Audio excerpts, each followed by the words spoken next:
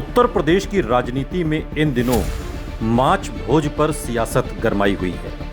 आरोप है कि उत्तर प्रदेश कांग्रेस के अध्यक्ष अजय राय ने अयोध्या में हनुमानगढ़ी के दर्शन करने के बाद माछ भोज में हिस्सा लिया और ये आरोप किसी और ने नहीं बल्कि सूबे के मुख्यमंत्री योगी आदित्यनाथ ने लगाया है। उत्तर प्रदेश कांग्रेस अध्यक्ष अजय राय को समझे बिना सावन में अयोध्या में हुए कथित मछली भोज पर शुरू हुई सियासत को पूरी तरह समझना मुश्किल है। अजय राय का जन्म 7 अक्टूबर 1969 को वाराणसी में हुआ। उनके पिता का नाम स्वर्गीय सुरेंद्र राय है।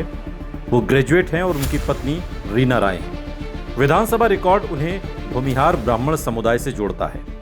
अजय राय ने राजनीति की शुरुआत बीजेपी की छात्र राजनीति और आरएसएस से जुड़े संगठनात्मक परिवेश से की और 1996 में वाराणसी की तत्कालीन कोलसला विधानसभा सीट से बीजेपी के टिकट पर पहली बार विधायक बने। इसके बाद 2002 और 2007 में भी उन्होंने ये सीट जीती और 2009 के उपचुनाव में निर्दलीय उम्मीदवार के तौर पर फिर से जीत हासिल की। यानी उनका शुरुआती विधानसभा करियर लगातार चुनाव जीतने वाला रहा और कोलसला को उन्होंने अपना मजबूत राजनीतिक आधार बनाया।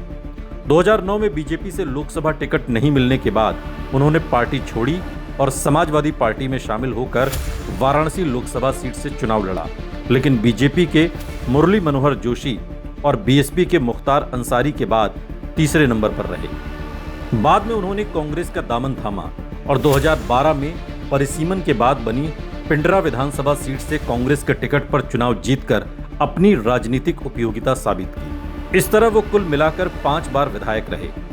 कोलसला से बीजेपी के टिकट पर 3 बार, 2009 में निर्दलीय और 2012 में कांग्रेस से उम्मीदवार रहे।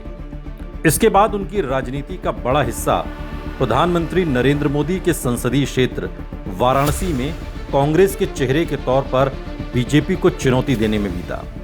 2014 में उन्होंने नरेंद्र मोदी के खिलाफ वाराणसी से चुनाव लड़ा और अरविंद केजरीवाल के बाद तीसरे नंबर पर रहे।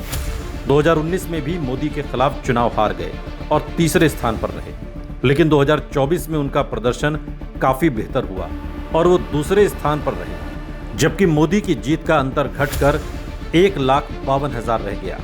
यही कारण है कि चुनावी हार के बावजूद कांग्रेस में अजय राय की राजनीतिक अहमियत बनी रही। वो लगातार वाराणसी में पार्टी का सबसे प्रमुख चेहरा रहे और संगठनात्मक जिम्मेदारियां संभालते रहे। हालांकि उनके राजनीतिक सफर में विवाद भी खूब रहे। उनके खिलाफ विभिन्न आपराधिक मामले दर्ज होने की खबरें आती रहीं। इन मामलों को लेकर उन्हें राजनीतिक विरोधियों के हमले का सामना भी करना पड़ा। अब 2026 में सावन के दौरान अयोध्या के तरुण क्षेत्र में उनके स्वागत कार्यक्रम से जुड़े मछली भोज ने नई राजनीतिक बहस पैदा कर दी है। रिपोर्ट के मुताबिक कार्यक्रम स्थानीय निषाद समुदाय की ओर से आयोजित था और उसमें मछली परोसे जाने को लेकर बीजेपी ने कांग्रेस पर धार्मिक भावनाओं की अनदेखी का आरोप लगाया। मुख्यमंत्री योगी आदित्यनाथ ने इस मुद्दे को कांग्रेस की कथित धार्मिक असंवेदनशीलता से जोड़कर हमला किया, जबकि अजय राय ने सवाल उठाया कि ये कैसे साबित होता है कि उन्होंने सनातन परंपरा का उल्लंघन किया। यानी यहाँ असली राजनीतिक मुद्दा केवल मछली खाना या न खाना नहीं है, बल्कि अयोध्या, सावन, सनातन और कांग्रेस के हिंदुत्व पर राजनीतिक स्थिति को लेकर बीजेपी कांग्रेस की टकराहट है।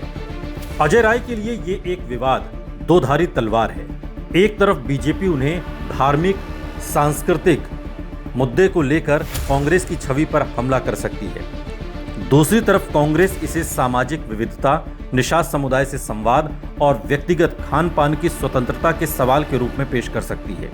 उनके राजनीतिक इतिहास को देखें तो अजय राय की सबसे बड़ी ताकत यही है कि वो केवल कांग्रेस के संगठनात्मक नेता नहीं, बल्कि वाराणसी पूर्वांचल की जमीन से निकले हुए ऐसे नेता हैं जिन्होंने बीजेपी, सपा, निर्दलीय और कांग्रेस 4 अलग अलग राजनीतिक पड़ाव देखे हैं और विधानसभा में 5 बार जीत दर्ज की है।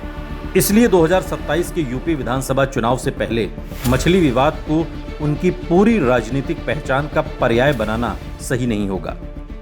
असली परीक्षा ये होगी कि कांग्रेस प्रदेश अध्यक्ष के तौर पर वो अपने पुराने व्यक्तिगत जनाधार, ब्राह्मण भूमिहार संपर्क, पूर्वांचल की राजनीतिक समझ और कांग्रेस के संगठन को कितनी मजबूती दे पाते हैं।